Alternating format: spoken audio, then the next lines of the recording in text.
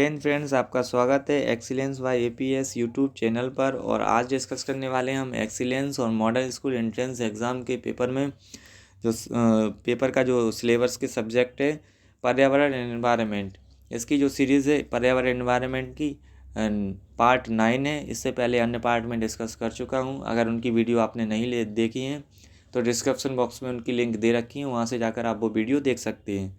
और last year के solve paper भी मैं आपको करा चुका हूँ। अगर वो नहीं देखे हैं तो वो भी आप प्लेलिस्ट में जाकर उनकी वीडियो देख सकते हैं। और इम्पोर्टेंट क्वेश्चन हैं आपके, और इन क्वेश्चनों को आप साथ साथ लिखते जाइए और याद भी करते जाइए। कुछ क्वेश्चंस के आंसर मैं आपसे पूछूंगा, उनके आंसर आपको कमेंट सेक्शन में बताने होंगे, ठीक है। आइए बढ़ते हैं क्वेश्चंस की ओर। उससे पहले अगर आपने चैनल को सब्सक्राइब नहीं किया है तो चैनल को सब्सक्राइब कर लो, वीडियो को लाइक करो और दोस्तों को भी ज़्यादा से ज़्यादा शेयर करो। 21, निम्न में कौन सा प्रदूषक भारहीन अपशिष्ट है? निम्न में से कौन सा प्रदूषक भारहीन अपशिष्ट है? इसका जो सी ऑप्शन है धुंध, इसका सही आंसर है। और इम्पोर्टेंट क्वेश्चन भी है, ये क्वेश्चन आ चुका है आपके पेपर में, ठीक है। नेक्स्ट 22, पृथ्वी पर जीवन के अस्तित्व का सबसे बड़ा भय है। पृथ्वी पर जीवन के अस्तित्व का सबसे बड़ा भय क्या है? विकिरण यानी कि रेडिएशन के कारण। क्या है? विकिरण यानी कि रेडिएशन के कारण। नेक्स्ट 23, निम्न में कौन सी धातु मानव में विषाक्तता उत्पन्न करती है? तो कौन सी धातु विषाक्तता उत्पन्न करती है? ये जो है ना सीसा है। इसका जो बी ऑप्शन है सही आंसर है। और ये क्वेश्चन पूछा भी जा चुका है कई बार, इंपॉर्टेंट क्वेश्चन है ये, लिख लो इसको और याद भी कर लो। नेक्स्ट 24, महानगरों जैसे कि दिल्ली, मुंबई, कोलकाता, बेंगलोर में प्रमुख वायु प्रदूषक एयर पॉल्यूटेंट हैं। ये भी क्वेश्चन आ चुका है आपका कई बार, मोस्ट इंपोर्टेंट क्वेश्चन है, ध्यान रखना 2022 के लिए भी। ये कई सारे पेपरों में पूछा गया है ये क्वेश्चन। इसका जो आंसर बनने वाला है वो आपका ये option, carbon dioxide and sulphur dioxide, CO2 and SO2, ठीक है। नेक्स्ट 25, निम्नलिखित में से किस धातु को उत्प्रेरक यानी कि समपरिवर्तक क्लैसिकल्स कन्वर्टर्स में उत्प्रेरक के रूप में प्रयोग करते हैं? इसका जो आंसर बनने वाला है वो है ए ऑप्शन, पैलेडियम। इसका भी क्वेश्चन एक बार पूछा गया था आपके पेपर में और इम्पोर्टेंट क्वेश्चन है इस बार के लिए, ठीक है। नेक्स्ट, निम्नलिखित में से कौन सी गैस वायु प्रदूषक यानी कि एयर पॉल्यूटेंट का कारण नहीं है? ये क्वेश्चन आपको बताना है कमेंट सेक्शन में। ये भी क्वेश्चन आ चुका है सेम का सेम, ऐसा ही ऐसा कुछ, ठीक है। और 2022 के लिए भी ये क्वेश्चन इंपॉर्टेंट है। तो CO2 का फुल फॉर्म होता है कार्बन डाइऑक्साइड, CO का फुल फॉर्म होता है कार्बन मोनोऑक्साइड, SO2 का फुल फॉर्म होता है सल्फर डाइऑक्साइड, और H2 को बोलते हैं हम हाइड्रोजन। आंसर आपको कमेंट सेक्शन में बताना है, ठीक है। आंसर मैं नहीं बताऊँगा आपको, अगर नहीं आएगा आपको तो मैं बताऊँगा।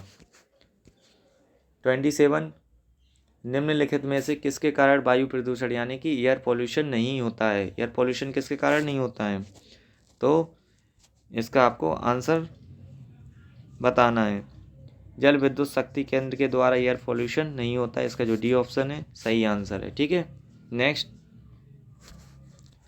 28, जल प्रदूषण यानी कि वाटर पोल्यूशंस होता है। जल प्रदूषण किसके द्वारा होता है? सी ऑप्शन 2, 4D और कीटनाशकों के द्वारा। ये भी क्वेश्चन आ चुका है आपका, इंपॉर्टेंट क्वेश्चन है, बहुत ही ज़्यादा पूछा जा चुका है ये क्वेश्चन, ठीक है। मोस्ट इंपॉर्टेंट 2022 के लिए, ठीक है। नेक्स्ट 29, अम्ल वर्षा यानी कि एसिड रेन का मुख्य कारण क्या है? एसिड रेन का मुख्य कारण क्या है आपको बताना है। इसका जो ऑप्शन सी है सल्फर डाइऑक्साइड यानी कि CO2 और नाइट्रोजन डाइऑक्साइड यानी कि NO2। ये भी क्वेश्चन कई बार आ चुका है, same to same, most important question है और 2020 के लिए इंपॉर्टेंट क्वेश्चन है ये, ठीक है। ये भी क्वेश्चन सेम ऐसा ही आ चुका है कई सारे पेपरों में, ठीक है। तो इंपॉर्टेंट क्वेश्चन है, लिख लेना आप, बताता जा रहा हूँ फिर मत कहना मेरे से बताया नहीं मैंने। 30, कार्बन मोनोऑक्साइड यानी कि CO, ये इसका भी फुल फॉर्म पूछा जाता है। मनुष्य के लिए हानिकारक है, क्योंकि ये मनुष्य के लिए हानिकारक क्यों है? यह ऑक्सीजन यानी कि CO2 से प्रतियोगिता करती है और हीमोग्लोबिन से क्रिया करती है, इसलिए ये मनुष्य के लिए हानिकारक है। ये भी क्वेश्चन आपका आ चुका है, इंपॉर्टेंट क्वेश्चन है, ठीक है, 2022 के लिए।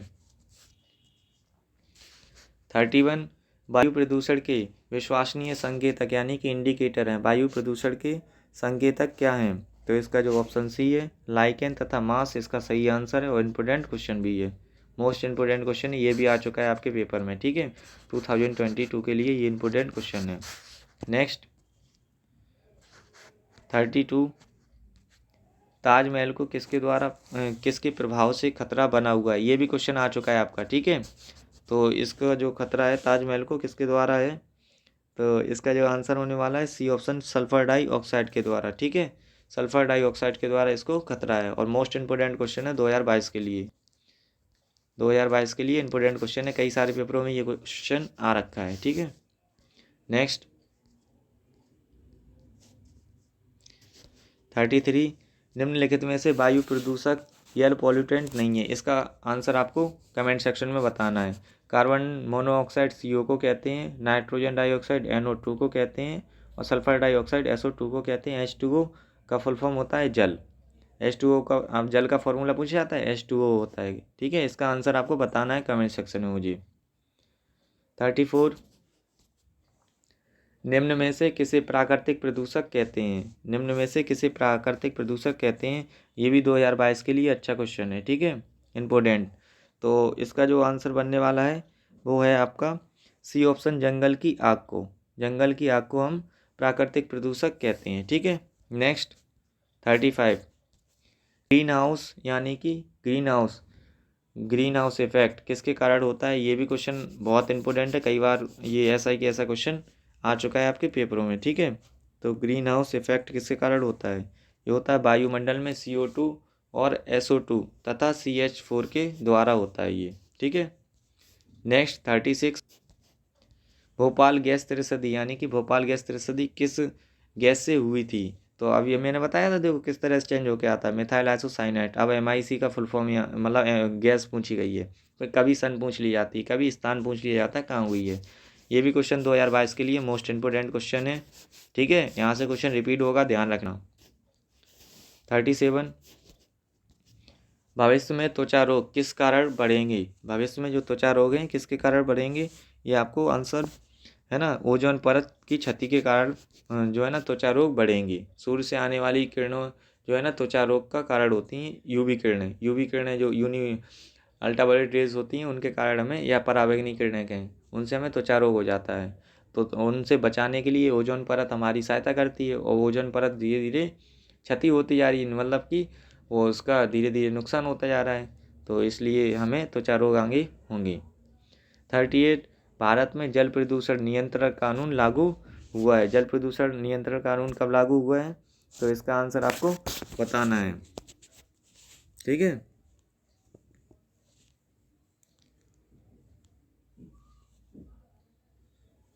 तो इसका जो आंसर है आपका